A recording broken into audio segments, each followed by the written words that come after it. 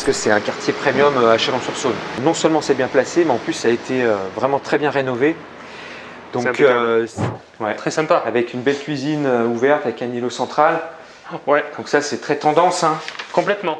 Avec des évolutions de loyers dans le temps, on regarde l'indice de référence des loyers qui continue à augmenter à plus de 3% par an actuellement et 3% sur des loyers. Bonjour à tous, bienvenue dans cette nouvelle vidéo.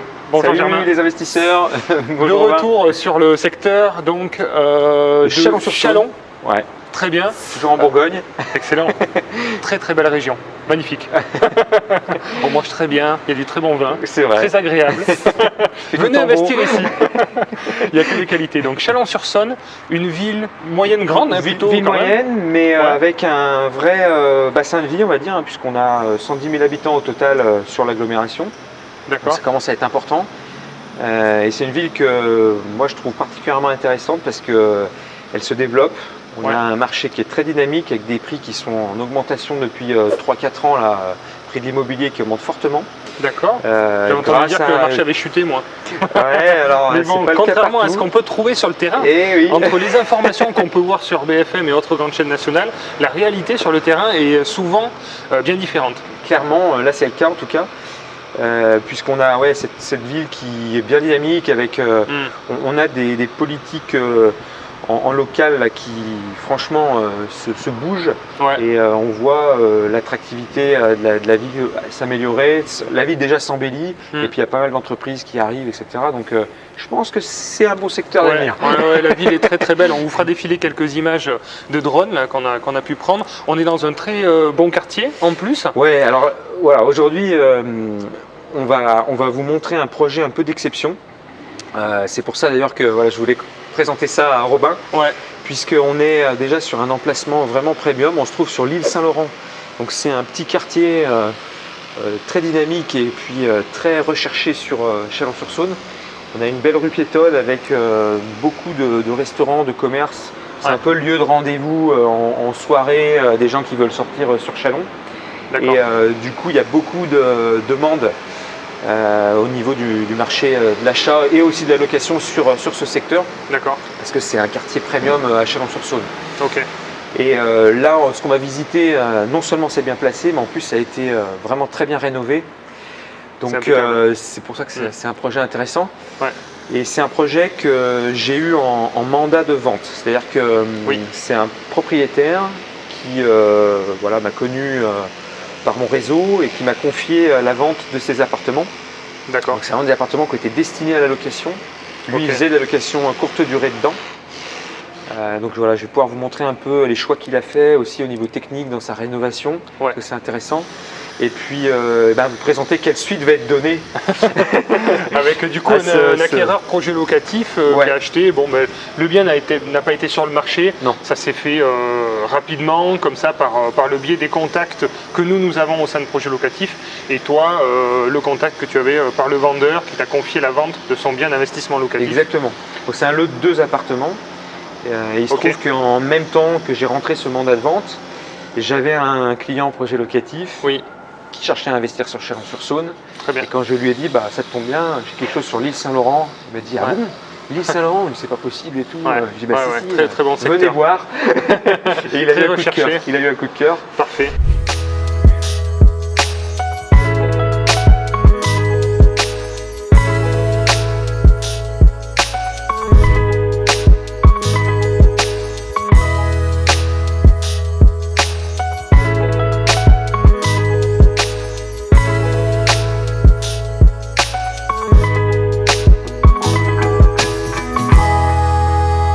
Ceux qui arrivent pour la première fois sur la chaîne YouTube, je vous souhaite la bienvenue. Ici, vous trouverez des conseils pour bien investir dans l'immobilier locatif ancien, c'est notre spécialité. Je co-dirige la société Projet Locatif et si vous voulez faire partie, actuellement, on a eu un peu plus de 5000 demandes prospects dans notre base de données et bénéficier des offres en avant-première comme l'a fait ce client sur ce projet-là. Je vous mets le formulaire juste en dessous en description pour contacter notre équipe et l'un de nos conseillers spécialisés qui pourra vous écouter dans votre démarche d'investissement. Également, si vous êtes un vendeur et que vous cherchez à vendre votre bien d'investissement locatif, nous avons une équipe de 120 conseillers spécialisés sur toute la France qui peuvent vous aider à réaliser la vente de votre bien dans les meilleures conditions. Regardez notre site internet juste en dessous, en description. Donc voilà. Donc l'immeuble est juste là, juste derrière. C'est bien, petit immeuble, petite copropriété, c'est pareil, avec des charges plutôt faibles pour le coup.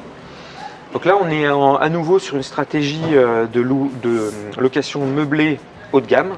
Hein, donc, avec toujours les critères que je recherche pour faire ça, c'est-à-dire des belles copropriétés, bien entretenues. Et ensuite des appartements où on va mettre un peu des prestations de standing à l'intérieur. D'accord. Avec la déco, avec le mobilier, avec peut-être aussi l'électroménager qu'on va mettre dedans, pour aller chercher des locataires premium et des loyers importants. Là, à titre indicatif, on va le voir, il y a un studio et un T2. D'accord. Le T2, on le loue 750 €. Ouais, effectivement. Et contre 450 pour le studio. D'accord. Sur de la location meublée longue durée. Donc c'est des bons loyers. On trouve des locataires dans ces tarifs sans problème, mais parce qu'en face, il y a aussi un niveau de prestation qui est très bien. Vous allez voir, il y a la climatisation, il y a un frigo américain. Je veux dire, ça, c'est quand même pas mal. On en garde un peu pour la suite. On vous donne 2-3 chiffres. Je vous ferai bien sûr la fiche de synthèse à la fin de la vidéo. Mais en termes de rentabilité, on est sur une enveloppe totale à un peu moins de 200 000 € sur le coût d'acquisition, donc pour 2 lots. Et en termes de revenus locatifs annuels, on se situe où à peu près? Autour des 15 000. Donc, en fait, là, c'est un projet vraiment patrimonial. Le but du client, c'était pas d'aller chercher un gros cash flow, forcément une grosse rentabilité, mais par contre, quand même d'arriver à un équilibre pour avoir un autofinancement de son projet. Donc, c'est ce qu'on a réussi à faire avec la négociation avec le vendeur et aussi la valorisation des loyers. Moi, spontanément, ce projet, j'aurais plutôt proposé en courte durée parce qu'il s'y prête bien et là on aurait pu avoir du cash flow. Donc ça, l'acquéreur il se garde ça sous le coude si un jour il veut développer et faire du cash flow. Donc on est sur une rentabilité on va dire moyenne, par contre sur quelque chose d'assez exceptionnel. Donc en fait en réalité par rapport à ce qu'on va voir, il y a plutôt un bon rendement. Oui, tout à fait. Bien sûr, par rapport au secteur, vous allez voir qu'en plus c'est un projet qui a été hyper simple à mettre en place parce que le vendeur a tout laissé. Oui, c'était vraiment hyper simple. Tout était rénové, meublé, voilà. Donc on achète aussi quelque part la tranquillité, un résultat, la tranquillité. Puis une valeur quand même du secteur, puisque là on est sur un secteur quand même assez patrimonial, il y a des prix au mètre carré qui se pratiquent, il y a une vraie valeur foncière et donc on n'a pas qu'un regard de rentabilité sur ce projet, il y a un aspect valeur patrimoniale avec des prix qui ont évolué dans les dernières années et qui vont continuer à évoluer puisqu'on est sur un secteur qui est demandé. Et donc c'est vrai que ça me fait sourire parce que je vois, c'est vrai qu'en tant qu'investisseur, le réflexe c'est de regarder la rentabilité. Mais sur le long terme, si on regarde la valeur des prix et qu'on prend tous les éléments en compte sur un investissement sur 20 ans qui prend de la valeur et qui est stable et qui n'a pas de vacances locatives, etc., on arrive des fois à des résultats plutôt surprenants qui vont à l'inverse de ce qu'on pourrait s'imaginer au départ. Là, j'ai vu sur les réseaux des immeubles qui sont achetés, une guêpe qui passe en capteur, un immeuble qui a été acheté alors, comme plein de secteurs, mais par exemple Bord-les-Orgues, des gens très contents d'investir sur ce secteur, avoir des rentabilités de 15%. Clairement, je connais bien le secteur, c'est hyper dangereux. C'est 80% des immeubles sont vides, il n'y a plus de locataires. C'est une ville qui a été construite en périphérie, en limite d'un barrage qui est connu pour, c'est quand même, ça peut être risqué. Et donc il y a très peu de gens qui acceptent de rester vivre là. Alors sur le papier, c'est très bien, c'est très beau, mais en réalité, je pense que l'investisseur va être surpris finalement entre la rentabilité annoncée et la réalité. C'est pour ça qu'un bon investissement, c'est beaucoup de paramètres à prendre en compte. La rentabilité bien sûr, mais pas que. Voilà. Exactement. Ça c'est vraiment l'expérience terrain qui nous fait dire ça. Donc faites attention à des rentabilités trop alléchantes qui vont vous faire aller vous positionner sur des projets beaucoup plus risqués et pas forcément réels avec la réalité, et la rentabilité annoncée ne sera pas forcément celle que vous aurez à la fin. Donc voilà, petite alerte quand même. Là, à titre d'exemple, Chalon-sur-Saône, qu'avant Covid, il y a 5-6 ans, on trouvait, la ville avait quand même assez perdu son dynamisme au niveau immobilier et on trouvait des biens à 1000-1200 € du mètre carré. Aujourd'hui, en plus, assez propre, presque louable. D'accord. Aujourd'hui, okay. je vous mets au défi Et oui, bien de sûr. trouver ça n'existe plus. Ouais. Et on est plutôt proche des 2000 mètres carrés sur des biens qui sont propres, etc. Okay. Et ça en 5 ans. Donc c'est quand même assez incroyable. Et moi, j'ose à croire que ça va continuer de monter, puisque au nord, on a Dijon. Oui, tout à fait. Et au sud, on a Lyon. Okay. Donc bon, les prix sont encore très en dessous de ces grosses métropoles. Et on a beaucoup d'investisseurs en fait qui arrivent ici, beaucoup d'actifs aussi qui s'installent. Et bon, ça participe à augmenter les prix. Hein, et oui, plus de demandes, et plus le contexte actuel, l'accession à la propriété qui devient plus compliquée, donc plus de locataires potentiels, bon, etc. Bon, on va visiter parce que c'est ce qu'on aime, nous, c'est le terrain. C'est parti. Donc, quand on rentre dans cette propriété, on voit tout de suite que c'est bien entretenu. Donc on a un petit sas avec un digicode. Hop, comme ça les locataires aiment bien parce que ça les met en sécurité. Oui, tout à fait. Interphone, très bien. Donc ici c'est toujours nickel. Oui, on voit que ça a été repeint récemment. Alors, sur ces projets patrimoniaux où on ne dégage pas énormément de cash flow, moi je veille toujours à ce que, au moins au niveau de la copropriété, que ça soit vraiment nickel et qu'il n'y ait pas de travaux à venir dans des délais courts. Parce que ça viendrait quand même un peu plomber les investisseurs. Et façade, toiture, partie intérieure. Commune. Ici c'est tout nickel. Oui, très bien. Et donc là, on se trouve avec des charges réduites en frais de copropriété. Justement, c'est l'avantage de ces petites copropriétés. Voilà, de 8 lots. Donc en fait, on a un contrat d'entretien de la cage d'escalier, un abonnement d'électricité, mais ça se réduit à ça. Il n'y a pas d'ascenseur, il n'y a pas de grosses charges liées à des... Voilà, on peut trouver des fois dans des gros immeubles avec des chauffages collectifs ou ce genre de choses. Tout est individualisé au niveau des appartements. Très bien. Ça facilite aussi la gestion. Donc on arrive sur le palier où on a donc un appartement studio à gauche et un appartement T2 à droite. On va attendre le caméraman qui a un peu du mal à monter les escaliers, un peu à la traîne là. C'est le matériel qui doit être lourd, c'est ça? Et en fait, pour la petite histoire, le vendeur, lui, il avait acheté à l'époque des chambres de bonne. D'accord. Donc le vendeur, c'était un investisseur, hein, donc il a du coup créé ces 2 appartements en réfléchissant justement à optimiser les espaces. Donc on va voir tout ça, puisqu'on a quand même des sous-pentes. Et en se mettant en mode investissement, il faut que ça tienne dans le temps, il faut que ça soit facile à nettoyer, etc. D'accord. Et d'ailleurs, quand je fais visiter cet appartement, souvent on me dit mais c'est tout neuf et tout ça, en fait ça a 10 ans. Ah oui, d'accord. Ça a quand même 10 ans. Donc ça a très bien vieilli grâce aux rénovations et aux matériaux qui ont été choisis. Ouais. Bon, on va voir ça alors. Très bien. Hop. Voilà. Quand je disais qu'on avait des rampants, on a une belle entrée avec des... Rien que l'entrée déjà c'est très joli, avec les petits Velux. Donc pièce commune, sympa. Grande pièce de vie. Super. Ouais. Très sympa. Avec une belle cuisine ouverte avec un îlot central. Ouais. Donc ça c'est très tendance. Hein. Complètement.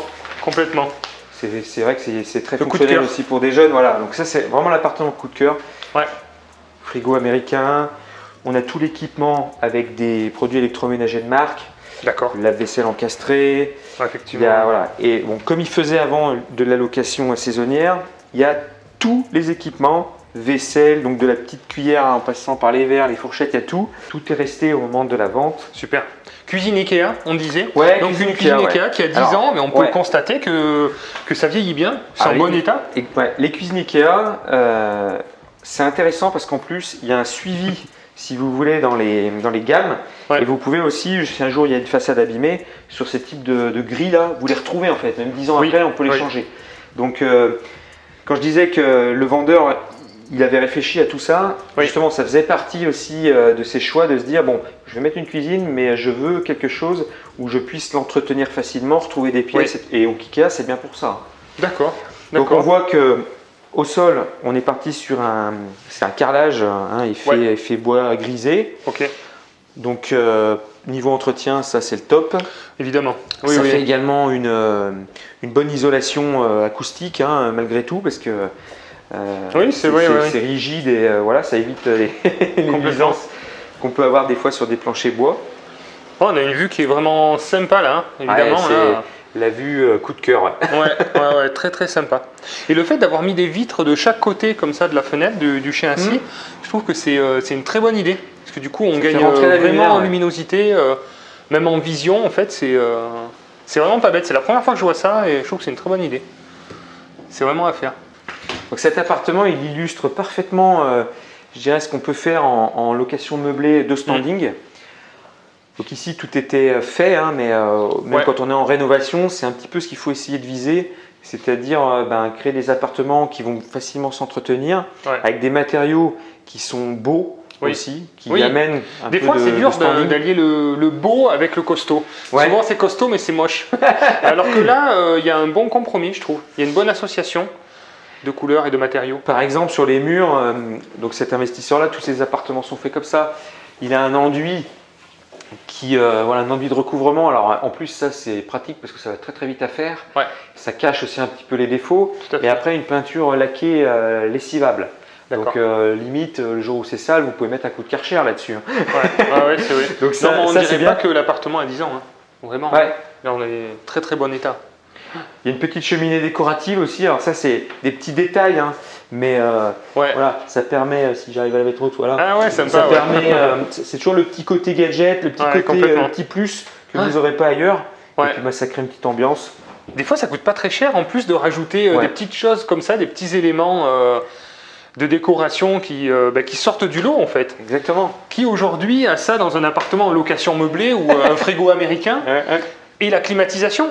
Tout à fait. La climatisation, on en parle de plus en plus, mais c'est vrai que les prix baissent de plus en plus et je trouve que maintenant, moi ce que je fais dans mes rénovations, c'est mettre au moins la climatisation dans la pièce principale. Ça coûte pas très très cher.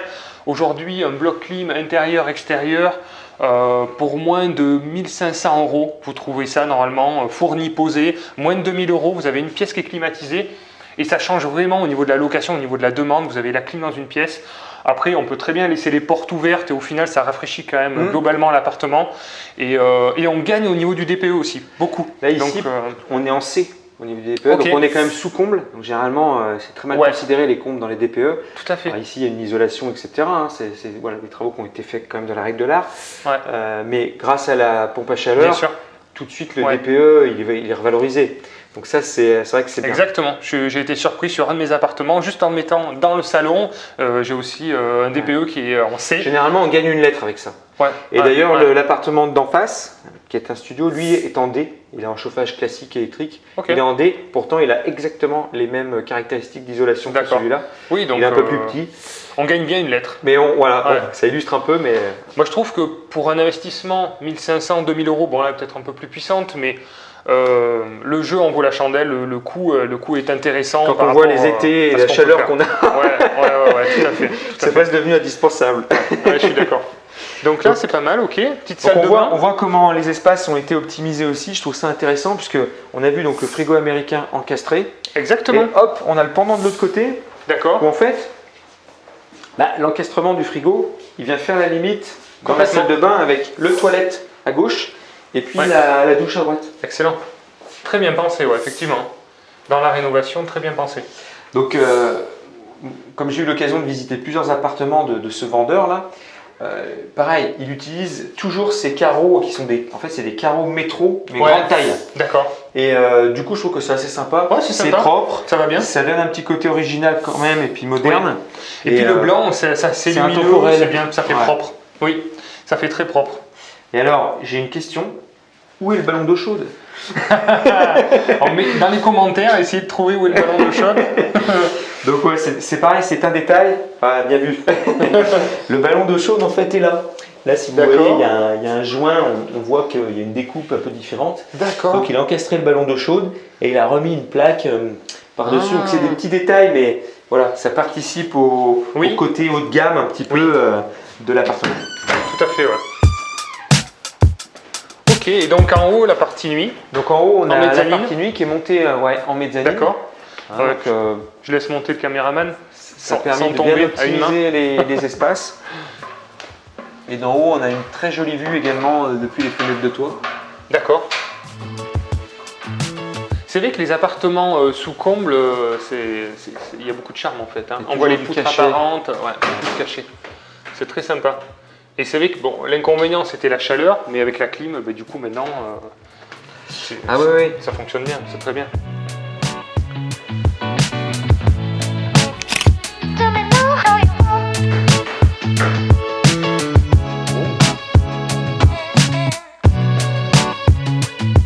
C'est un appartement qui aurait aussi complètement pu correspondre à une résidence principale. Oui, pour un jeune qui veut acheter son premier appartement ou même un couple. Complètement. L'emplacement est idéal et ça aurait pu le faire. Bon, après nous, on est dans un marché spécifique et on y tient aussi. Hein. En plus, quand on a des lots comme ça, c'est quand même chouette d'arriver à les garder en lot. Parce que moi j'imaginais même peut-être quelqu'un qui pouvait acheter cet appartement et puis vivre dedans et exploiter l'autre en Airbnb. Bien sûr. Ça aurait fonctionné. Bien sûr. Il aurait pu, avec le loyer du Airbnb, payer le crédit d'ici. Il y a plein de schémas quand on est sur des lots. Tout à fait. Ça aurait pu correspondre complètement. C'est intéressant. En étant sur place. Donc je vous montre le studio.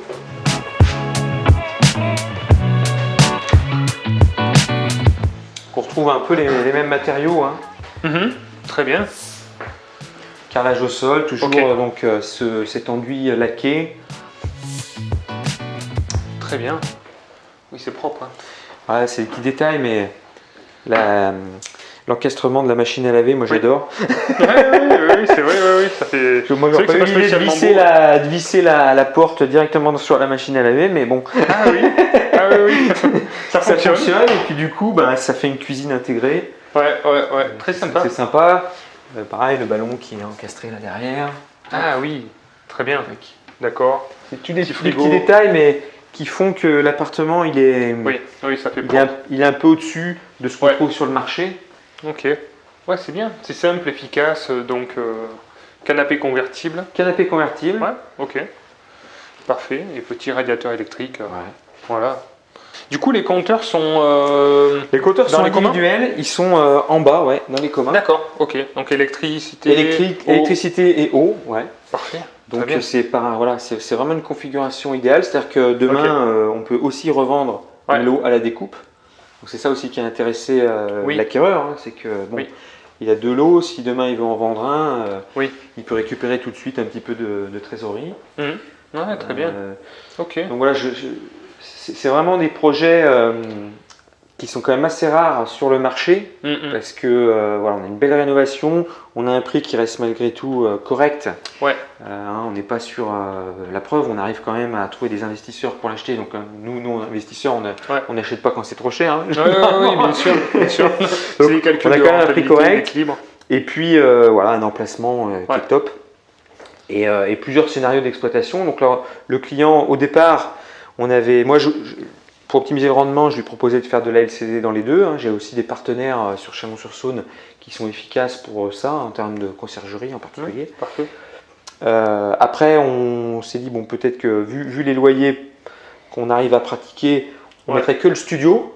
Et puis finalement, après avoir signé, Germain, finalement, je crois qu'on va tout laisser en location classique. Vu la rentabilité, moi finalement ça permet d'atteindre un équilibre, ça couvre mes frais, je demande pas plus, j'ai mon travail, mon job à côté qui me prend suffisamment de temps, j'ai pas trop envie de m'embêter, donc hop, on roule comme ça et donc c'est parfait. Donc c'est des appartements que tu as mis en location, il y a déjà les locataires qui sont trouvés? Donc là, les locataires ils arrivent à la fin de la semaine. D'accord. Pour les 2 appartements? Pour les 2, en fait moi je me suis consacré une journée ici sur place à faire des visites. D'accord. Et donc j'ai fait quand même pas mal de visites sur les 2 sur la journée. Il y a eu beaucoup de demandes. Mais j'avais 10 dossiers à la fin de la journée. Ah oui. D'accord. Ok, par appartement. Et alors étonnamment, moi je pensais que le T2 aurait plus de demandes que le studio. Et finalement il y a beaucoup de demandes sur le studio. Il faut savoir que sur Chalon-sur-Saône il y a un déficit de studio. Parce qu'il y a quand même pas mal d'étudiants. À la différence de Mâcon où je fais aussi des projets de ce genre. J'évite quand même les studios vraiment sur Mâcon. D'accord. Parce qu'il y en a beaucoup et finalement, entre le prix d'un studio et le prix d'un T2, il n'y a pas beaucoup d'écart. Et les gens, dès qu'ils sont actifs, qu'ils ont un salaire, ils prennent un T2, voire un T3. Oui, tout à fait. Chalon, il y a beaucoup d'étudiants et les étudiants, ils peuvent être à 50 € près sur les loyers. Même 30 € près des fois. Bien sûr. Et du coup, ils vont venir chercher des studios et il y en a assez peu. Et surtout après, vu l'emplacement, vu les prestations qui sont proposées, Franchement, ce truc-là, j'étais très surpris. D'accord. J'ai eu beaucoup de demandes. Ok. Ben, c'est bien. Du coup, si on peut donner juste quelques chiffres, tu as passé l'annonce, tu l'as laissé combien de temps? Combien tu as eu de coups de téléphone? En fait, généralement, pour optimiser les annonces, je les mets en fin de semaine, donc le vendredi. Oui. Ça tourne le week-end. D'accord. Je prends les rendez-vous au fur et à mesure où les locataires me contactent. Ouais. Et donc là, donc j'avais mis l'annonce un vendredi, j'ai pris les rendez-vous pour le mercredi, les visites. Ok. Et le mercredi soir, j'avais les locataires pour les 2 appartes. Ouais, c'était réglé. Ouais, d'accord. À peine une semaine. Oui, tout à fait. Ok. Donc ça va très vite. J'aime beaucoup utiliser le Bon Coin pour les annonces, puisque maintenant, les locataires créent un profil locataire. C'est-à-dire qu'en fait, quand ils vous contactent par mail, et ben, on voit tout de suite leur profil. S'ils le renseignent, mais d'accord. Et donc on a déjà dans le descriptif les revenus, s'ils ont un garant ou pas, un peu pourquoi ils viennent et tout. Ouais, donc c'est super bien. Ok. Donc je fais ma sélection comme ça. Et puis voilà. Quelques informations essentielles qu'on doit savoir. Le but c'est de pas faire perdre de temps non plus. Oui, c'est ça. Faire un premier filtre déjà au téléphone et on fait visiter les personnes qui déjà sont validées sur la partie dossier. Qui ont des dossiers corrects, c'est ça. On essaie de sentir si l'appartement pourrait bien leur correspondre ou pas. Parce que des fois, on leur dit, je suis une personne âgée, on est au 3e étage. Oui, bien sûr. J'avais pas vu ça dans l'annonce, oui. oui, tout à fait. Ouais. Mais après, ça va très très vite. Ok, non, mais très bien. Là en Bourgogne, il y a quand même une demande locative forte. Alors plus on va être dans les villes moyennes, Mâcon, Châlons, le Creusot aussi, je suis actif sur le Creusot. Ok. Même Tournu, voilà, ça c'est des villes moyennes où il y a une demande continue, donc il n'y a vraiment aucun souci. Et même quand on s'écarte, il y a quand même pas mal de dynamisme aussi autour, dans les villages autour. Et franchement, il n'y a aucune difficulté avec ça. Oui. En plus, si on propose des produits bien équipés, qualité, propres, normalement, en une semaine, par les temps qui courent, en une semaine, c'est loué. Bon, très bien. Rapidement, le client, du coup, il a acheté en nom propre. Alors, le client a acheté en nom propre. Ouais. Donc, location meublée. Location meublée, donc il va se déclarer au LMNP au réel. Voilà, donc il va amortir son bien. Ok. Donc là, c'est pareil, il va quand même avoir un avantage fiscal, puisque pendant les premières années, avec l'amortissement du bien, avec la déduction des frais de notaire, des frais des honoraires projets locatifs, etc., il n'aura pas d'impôt. Oui, tout à fait. Premier temps. Et puis, quand la fiscalité le rattrapera, il faudra peut-être qu'il se pose la question de revendre, ou d'en revendre un. Ou de racheter. Ou de racheter. De faire du déficit. Ouais, moi, c'est ce que je fais.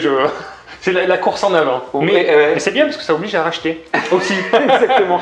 Là, l'intérêt, c'est qu'il pourrait revendre, mettons, le studio, pour se constituer un petit peu d'apport. Il garde l'autre.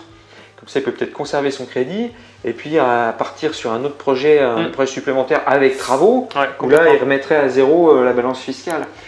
En fait, ce qui compte, c'est surtout d'acheter. Une fois qu'on a les rênes, après, on a juste les stratégies. Exactement. Oui, plus le temps passe, plus les possibilités sont grandes et plus on peut passer des paliers, en fait. C'est ça, en tant qu'investisseur. Il y a des moments où on arbitre. Et d'ailleurs, c'est ce qu'on fait de plus en plus. Ça, c'est un projet que tu as vendu en mandat de vente. Et on a de plus en plus d'investisseurs qui nous contactent pour vendre leurs biens d'investissement locatif. Et c'est vrai que même moi, j'ai revendu certains lots, on récupère du cash, on repart sur des projets plus gros. Et c'est que ça quand on est investisseur. En fait, on achète, on monte, hop, on revend, hop, on repart plus haut. Voilà. Et ça, c'est des stratégies à étudier au fur et à mesure du temps. Mais plus le temps passe, plus on capitalise et plus on a de possibilités pour avancer et passer des paliers, quoi. Et puis je trouve aussi qu'il n'y a pas de projet type, il n'y a pas de recette, des fois on entend ça. C'est vrai, En fait, moi je me refuse un peu à dire qu'il y a des recettes, parce qu'aujourd'hui, moi j'aurais pu acheter ça. C'est-à-dire qu'il n'y a pas de cash flow, peu en tout cas, mais en fait on a un emplacement, on a des scénarios différents possibles. À partir du moment où il y a un équilibre, parce qu'en plus on a des taux d'emprunt, c'est un projet qui a été acheté récemment, donc on est à un taux à plus de 3,5 déjà, on n'était pas encore au 4, on est quand même à 3,7. D'accord. Donc ça commençait déjà à monter. Oui, bien sûr. Mais même avec ce taux-là, on a l'équilibre. Mais en fait, ça vaut le coup. Parce que bien sûr. Vous ne pouvez pas perdre d'argent sur un projet comme ça. Vous pouvez qu'en gagner. Vous n'aurez jamais de problème de vacances locatives parce qu'en fait, il y a une telle demande que ça va vite. C'est simple, il n'y a rien à faire. Donc au final, c'est une signature chez le notaire. Il faut aller chercher le crédit. Mais c'est vraiment des projets hyper faciles. Parce qu'aujourd'hui, refaire ce qu'avait fait le vendeur, c'est-à-dire acheter le plateau, faire tous ces travaux-là, c'est sûr. je ne suis pas sûr qu'on s'en sorte avec 174 000 tel que ça a été le prix de vente. Parce que le prix des travaux a explosé. Bien sûr. Il y a beaucoup de normes, beaucoup de contraintes quand on veut faire du neuf comme ça. Et quand on voit le résultat, il y a de l'énergie à donner. Hein. Tout à fait. La rentabilité par rapport à l'énergie aussi. Hein. Donc au final, moi je considère que c'est une très belle opération. Et voilà, ça peut. Donc quand vous êtes vendeur, en fait, on peut aller chercher il y a plein de profils d'investisseurs, il y a plein de façons de voir aussi l'investissement. Et donc il y a des projets qui se prêtent au cash flow, d'autres un peu moins. Mais pour des vendeurs qui voudraient nous confier des mandats de vente, en fait, moi c'est ce que je fais, c'est on étudie les différents scénarios, on regarde les prix du marché et on trouve un compromis qui soit dans l'intérêt en fait de tout le monde, quoi. Bien sûr. Et comme ça, on arrive à faire des bons deals qui sont dans l'intérêt du vendeur, parce que il va trouver un acquéreur solide, en phase avec le projet. Il n'y aura pas de déconvenue entre le compromis et puis l'acte authentique. Et puis sur un prix qui va être cohérent par rapport à ce qu'on peut sortir du projet en termes de rentabilité et par rapport aux prestations, à l'emplacement, etc. Donc c'est très intéressant aussi. Moi, de plus en plus, j'apprécie de prendre des mandats de vente et de travailler aussi les scénarios avec les vendeurs. Dire, vous avez utilisé votre projet de telle manière, mais on peut aussi faire ça d'une autre façon. Et puis après, on va aller chercher les profils d'acquéreurs qui vont correspondre à une stratégie optimisée sur le bien. Ok. Et il n'y a pas de recette miracle en fait, parce que chacun a une vision qui peut être un peu différente. Tout à fait. Moi, ça a été mon cas où j'ai accompagné des clients, je me rappelle au début, qui voulaient absolument de la rentabilité. Moi, j'investissais sur mon secteur à 8%, je trouvais ça super, 8,5%. Mais je trouvais que le projet déjà s'achetait gratuitement en autofinancement et ils étaient qualitatifs. Et non, il y a des clients qui voulaient plus de renta, donc on allait sur d'autres zones, plus dynamiques, avec d'autres problématiques à régler. Et en fait, il y a plein de stratégies, comme tu dis, il n'y a pas une ligne de conduite, chacun a sa propre sensibilité. Ce qui est dur à définir, c'est sa propre sensibilité, ses propres peurs, ses propres craintes. Est-ce qu'on a besoin de se rassurer dans un secteur un peu plus patrimonial où il y a une valeur foncière plus importante, ou est-ce que finalement on n'est pas trop sensible à ça et on préfère s'orienter sur la renta parce que on a des objectifs différents? Arriver à se trouver soi-même là où sont ses peurs, sa propre sensibilité pour orienter les bons choix. Mais les deux stratégies sont bonnes aussi, quoi. Bien sûr. Voilà. Après, il y a les stratégies ultra patrimoniales dans les très grandes villes qui là, c'est vrai que ne nous concernent pas, où on a des personnes qui vont payer cash pour faire des placements à 3-4%. Et pourquoi pas? Nous, c'est vrai que sur notre chaîne, ça ne nous concerne pas, ça ne nous intéresse pas en général parce que ce n'est pas notre politique d'investissement personnel. Mais peut-être que j'aurai un autre discours dans quelques années, j'espère, où j'aurai beaucoup à placer et que je trouverai ça super parce qu'il y a des valeurs de prix qui aussi évoluent très bien. Et donc je pense qu'il y a aussi un intérêt à investir sur des zones très patrimoniales. Sur ce type de projet, je pense que j'aurais pu trouver des acquéreurs. J'ai des clients en mandat de recherche, projet locatif, ils ont la priorité en fait. Quand je rentre un mandat de vente via mon réseau, je le propose en priorité aux clients projet locatif. Après, si ça ne convient pas pour des questions de budget, d'emplacement, enfin peu importe, hop, on peut switcher et puis aller mettre en vente, on va dire, à travers des annonces immobilières, à travers les sites d'annonces, et puis aller chercher plus large. Mais en fait, la plupart du temps, nos acheteurs, bien sûr. Ils sont là et ils voient bien l'intérêt des projets. Bien sûr. Et généralement, les ventes se font avec eux, quoi. Tout à fait. Et c'est intéressant à la fois pour les vendeurs parce qu'on leur amène des acquéreurs qualifiés qui ont compris. Et du coup, ça va vite. Factuels. Et... Du coup, ça permet d'aller assez vite. Et des fois, de ne pas avoir besoin de passer par la case. Multivisite. Très bien. La partie financière du projet, la partie qui est appréciée par les investisseurs. Alors on va voir sur ce projet si on arrive à avoir des équilibres financiers malgré, vous avez vu, un emplacement quand même numéro 1 avec des logements plutôt de très bonne qualité. Est-ce qu'on arrive à allier le patrimonial et finalement le rentable? On va voir ça tout de suite. Alors au niveau des frais d'acquisition, on est sur 174 000 euros, frais d'agence compris, les frais de notaire de quasiment 14 000 euros, les honoraires de projet locatif à 7 000 euros, on arrive à quasiment 195 000 euros de coût total du projet. Le montant emprunté par le client qui est de 166 000 euros, puisque le client a fait un apport de quasiment 30 000 euros, ce qui lui permet d'avoir des mensualités à un peu moins de 1 000 euros par mois sur une durée de 20 ans. Ensuite, au niveau des revenus locatifs, donc longue durée, meublé, voilà, assez passif au niveau de la gestion, c'est vraiment le choix aussi des propriétaires, avec des éventuels boosters possibles, avec différents modes d'exploitation comme la location courte durée éventuellement si besoin. Le T2 sera loué 750 € par mois. Et le studio 450 € par mois, ce qui nous fait un total de 14 400 € par an. Au niveau des charges, on retrouve la taxe foncière, 910 €, un peu de copropriété à 1100 €, une petite assurance propriétaire non occupant très importante et je vous conseille vraiment de prendre des très bonnes assurances au passage. On râle toujours quand on paye cher les assurances, on cherche toujours le moins cher, les investisseurs. Mais pour en avoir fait l'expérience, je vous conseille de vraiment regarder, c'est vraiment... pas forcément regarder le prix, mais regarder le contrat et ce pourquoi vous êtes assuré, c'est ce qui fait le prix.